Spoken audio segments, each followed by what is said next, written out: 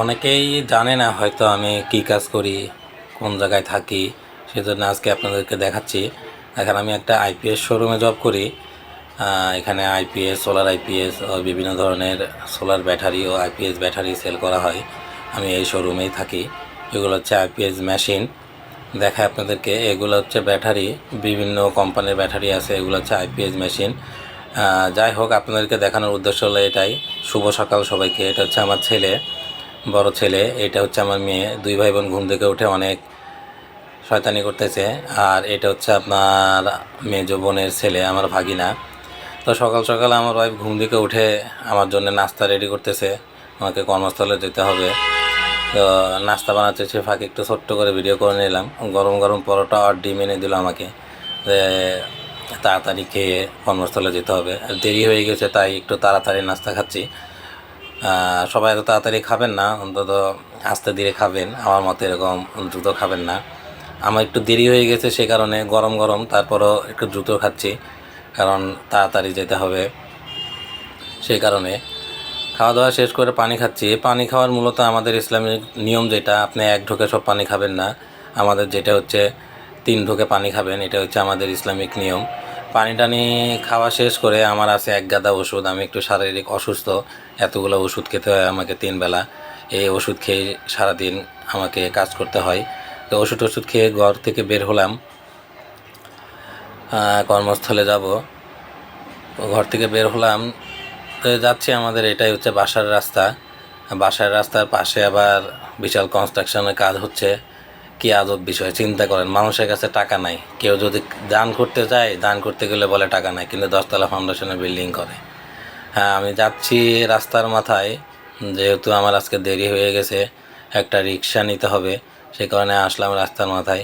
একটা রিক্সা দাঁড় করালাম, কিন্তু তার সাথে দামাদামি হয় না। সে আমাদের বাসা থেকে স্টেডিয়ামে 40 টাকা ভাড়া চায়। তো রিক্সার জন্য অনেকক্ষণ দাঁড়াইছিলাম। আরেকটা মামার রিক্সাতে উঠলাম। উনি 20 টাকা দিতে রাজি হলো স্টেডিয়ামের সামনে, তো উঠে গেলাম। রাস্তাঘাট অনেক ভাঙা, সে কারণে একটু ঝাঁকাঝাঁকি লাগছে। দেখেন রাস্তার অবস্থা, দেখছেন? রাস্তার পাশে ইট বালু রাখে, মানুষ হাঁটার পর্যন্ত জায়গা থাকে না। যাই হোক, মেন রোডে এসে গেলাম।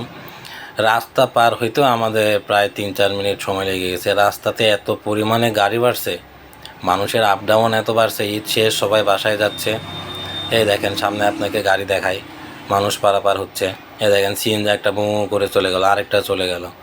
এত দ্রুত যায় তারা, অ্যাক্সিডেন্ট করে তারা, আর দোষ দেয় অটোদের। এই দেখেন সামনে আরেকটা বাস চলে আসছে।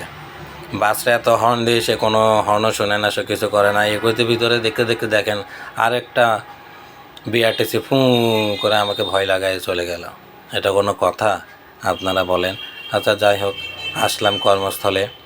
কর্মস্থল খুললাম মাত্র, খুলে দেখাই আপনাদেরকে। এটা হচ্ছে আমার নিত্যদিনের অফিস। এখানেই বসে, এখানেই কাজ করি। কিছু করার নেই, এই দোকানের আমি ম্যানেজার, আমি ঝাড়ুদার, আমি ক্যাশিয়ার, আমি ডেলিভারি ম্যান।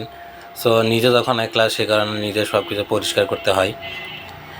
রাত্রে বন্ধ করে চলে গেছি, সকালে এসে দেখলাম অনেক ধুলাবালু, সে কারণে নিজে পরিষ্কার করতেছি। নিজে যখন একা, সে কারণে নিজে সব কিছু পরিষ্কার রাখতে হয়, পরিষ্কার করতে হয়। একটু ফ্লোরে অনেক বালু আছে, তো বালুটাও একটু ঝাড়ু দিয়ে পরিষ্কার করে নিলাম। আবার কিছু মনে করেন না সবাই, এটাই আমার নিত্যদিনের কাজ, কিচ্ছু করার নেই। এটা হচ্ছে আমাদের মালিকের চেয়ার। মালিকের অবর্তমানে আমি বসি। এখানেও অনেক ধুলোবালি জমছে, তাই একটু পরিষ্কার করে নিচ্ছে ভালো করে। ভালো করে পরিষ্কার না হতে আমিও বসবো, আমার মালিকও বসবে, সেই কারণে একটু ভালো করে পরিষ্কার করে নেওয়া। আর এগুলো হচ্ছে আমাদের কাস্টমারের চেয়ার। কাস্টমার আসলে এখানে বসাই, কাস্টমারকে বসাই, এখানে কথাবার্তা বলি, ডিল করি। এটা পরিষ্কার না রাখলে তো কিছু ভালো লাগে না। তো সবাই দোয়া করবেন। সালামু আলাইকুম।